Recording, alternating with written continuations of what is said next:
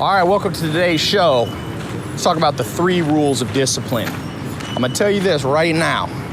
You can listen to a lot of podcasts, you can read a lot of books, you can have a lot of mentors, you can have the greatest ideas, you can raise capital. But if you do not have discipline, you will lose. Listen closely to what I'm about to say.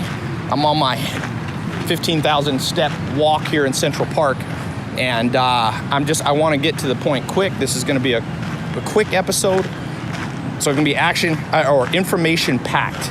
Okay, step number 1, understand the only 2 long-lasting organizations in history. There's only 2. My mentor, Alan Nation, said, listen, Tai, if you study history, only 2 things pass the test of time. Only 2 things.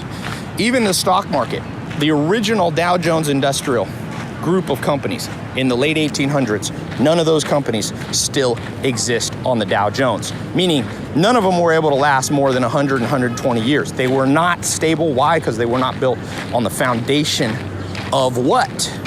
And I'm gonna tell you what the answer is. Discipline. The 2 longest lasting organizational structures in history are family and the military. That's it.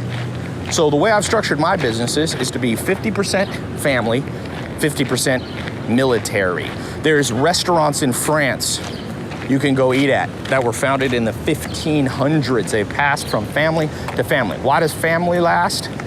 Well, because family by its very nature is the passing on of DNA and therefore has this link to the past. But you're not gonna be able to hire only your family. You're not gonna be able to make money only with your family, most likely.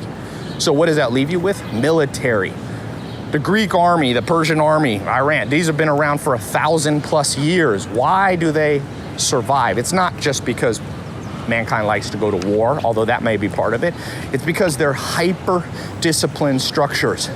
So whatever you're trying to do right now, if it's not working out for you, you could blame the book, you could blame the mentor, you could blame the business idea, but you may want to look inward and go, am I building something that's built to last?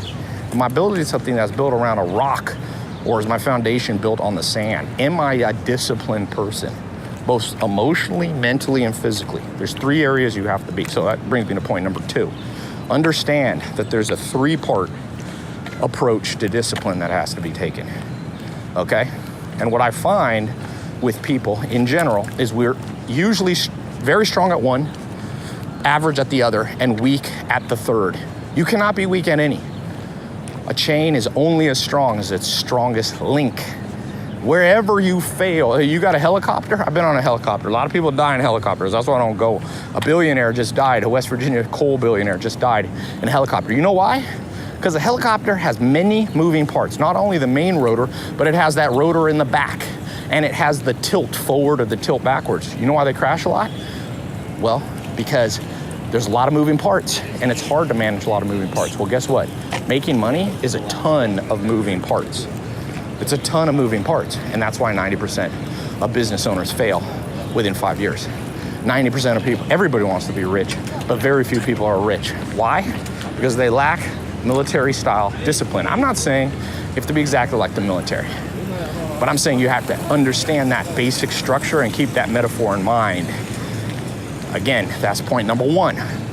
Law number 1. Law number 2 is there's 3 parts to this discipline. Don't just think the fact that I had a guy the other day DM me, and he's in great shape. He's like a professional gymnast. And I had posted how I was doing some cardio, and he kind of was like jokingly making fun of me, like, oh yeah, you really do cardio. And he was comparing me to himself, which is true. He's in better shape than me.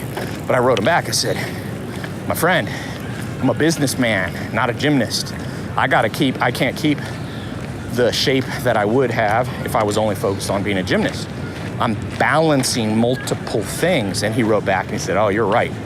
It's harder to make money than it is to be a gymnast. I'm not sure that's true, but the point being, you're not going to be able to have the luxury of just focusing on going to the gym. You might be a rock, a machine with staying in shape, but how are you with the second part, emotional? Can you stay calm in the storm? That's emotional discipline. Can you quiet your mind, quiet the anxiety, quiet the fear? Ray Dalio, I've talked about this recently, 1983, failed as a hedge fund manager. lost it all, lost the money for his clients, lost his own money, had to lay off all his employees, went in almost into a state of depression. But he started meditating. I think he did TM, and he built mental and emotional discipline. And now he's worth $20 billion. Stay calm. Can you do that? Because if you have physical discipline but no emotional discipline, one will counteract the other, and it doesn't matter that you're physically disciplined. And then third, you have to have mental discipline. And what is that mental discipline? Well, things, for example, like, are you growing your brain? Are you reading a book every day? Are you reading for 5 minutes a day? Are you disciplined in how you think? Are you logical? Do you start your day with a yellow notepad, writing out, sitting in a chair, as I've talked about for almost 5 or 10 years now, sitting in a chair for 10 minutes a day? One of the great philosophers, Pascal, said all mankind's problems could be solved if they could only sit alone in a room for 10 minutes and think. Are you doing that? Do you have mental discipline to think through, or are you just scatterbrained in whatever is the shiniest object, whatever wheel is squeaking, that's the only one you focus on? No, have all three, and then you will complete the circle of discipline.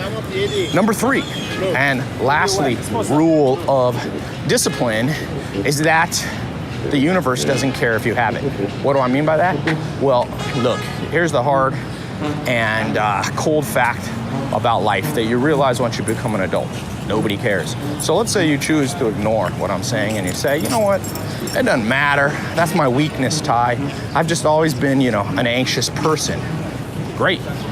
Here's to the double-edged sword of no one cares, meaning no one in the universe really cares. No adult is gonna call you out and call you up. It's not like in elementary school where kids laugh at you for your weaknesses. No, nobody cares. But the downside is the universe doesn't go, you know what?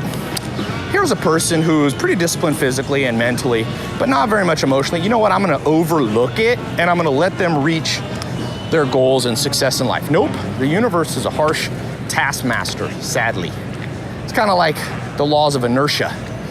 If you're in a car and you're a really good person, you're a saint, you're the nicest person on earth, you don't wear a seatbelt, there's a car accident, you fly through the windshield. The universe does not look at your intentions. It doesn't care if you're a saint or a criminal. A serial killer, if he's wearing a seatbelt, survives. And the nicest person in the world dies. And so if you choose to ignore what I'm saying about discipline, just to understand one thing, the universe will not make an exception for you and say, you know what? Basically every successful person in history, everybody who won at life and got their goals was pretty darn disciplined. But you know what? There's this person, Bob Smith or Jennifer, she lives in Iowa. She really means well, really good person. And so you know what? We're just gonna give them a pass. The laws of success and the need for discipline, they just don't apply because I like this person. You think that's gonna happen? No, the universe is irrespective of people. Irrespective of your intentions. Many people have intentions, few people reach them. So, here's my closing advice to you. Wake up, have a routine, test many different ones, stick to the plan. If you're on a plan and you want to experiment with waking up at 6 in the morning, do it, no matter how you feel. That's mental discipline. When today something stressful happens that you normally would freak out, choose to be disciplined and go, let me stay calm. I'm going to stay calm. Say it to yourself 1,000 times if you need be. Buy the Calm app, the Headspace app. Learn to quiet your emotions. And lastly, exercise every day. Get the physical. Even if you just walk. For those of you super out of shape, every person in my company that's super out of shape, or I'm sorry, my friends, not really my company, I tell them, look, walk 10,000 to 15,000 steps. Build up to it. Start with 1,000 steps. Every one of them gets in good shape or better shape. Discipline. Then once your body's ready, hit the weights. Disciplined in how you eat. One of the Gracies told me, the founder of the UFC, one of the Gracies, Orion Gracie, red belt, he said, Tai, one of the best disciplines is when there's 5 pieces of pizza and you're on your cheat day, eat 4. I said, why? I'm still eating pizza. He said, yes. But the pizza once in a while is not going to hurt you. But the discipline to be able to resist that last piece, that's priceless. That's what makes you a jiu-jitsu master. That will make you a jiu-jitsu master of life. So good luck out there. By the way, before you end, leave me a comment here, a review with what you want me to record next. I'm reading people's stuff. I'm using it for my next idea. Check out TaiLopez.com, by the way. Make sure you join my daily mentor tip email list. It'll help you be disciplined. Read them every day. It's free. There's good content. TaiLopez.com right at the top. Join that newsletter. All right. See you on the next episode.